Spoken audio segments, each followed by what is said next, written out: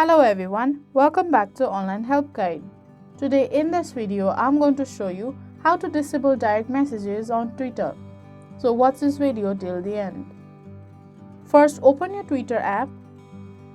Then tap on Profile that is on the top left corner of your screen. Now tap on Settings and Privacy.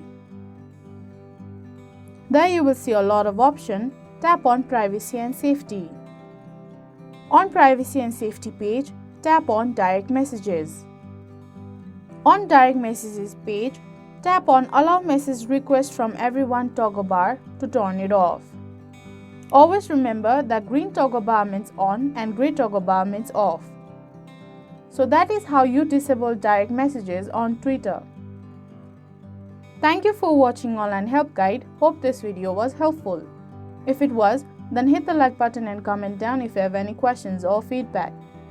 Also, if you are new to our channel, subscribe and hit the bell icon on our channel so that you don't miss our upcoming videos.